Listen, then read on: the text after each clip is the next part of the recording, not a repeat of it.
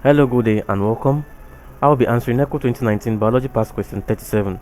Breathing in mammals, is accompanied by regular movement of diaphragm and A. Clavicle, B. Intercostal muscle, C. Pleural cavity, D. The scapula, and E. Vertebral column.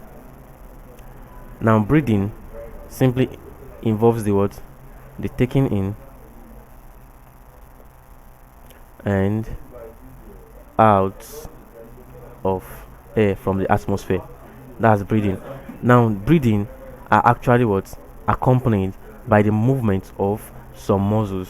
That is, some muscles are the one that brings about what? These breathing activities in man. And this involves the regular movement of the diaphragm and the intercostal muscles. These muscles assist we humans or mammals in breathing. Now, the diaphragm is a muscle that is found between the thoracic cavity. You'll find the diaphragm between the thoracic cavity and abdominal cavity. During inspiration, the diaphragm flattens to allow the lungs to occupy more air, and during expiration, the diaphragm returns to its normal shape, its dome shape, so that it can push out air out of the lungs. That's during expiration. Likewise, the intercostal muscles also. The intercostal muscles are, we have the external intercostal muscle, we have the internal intercostal muscle,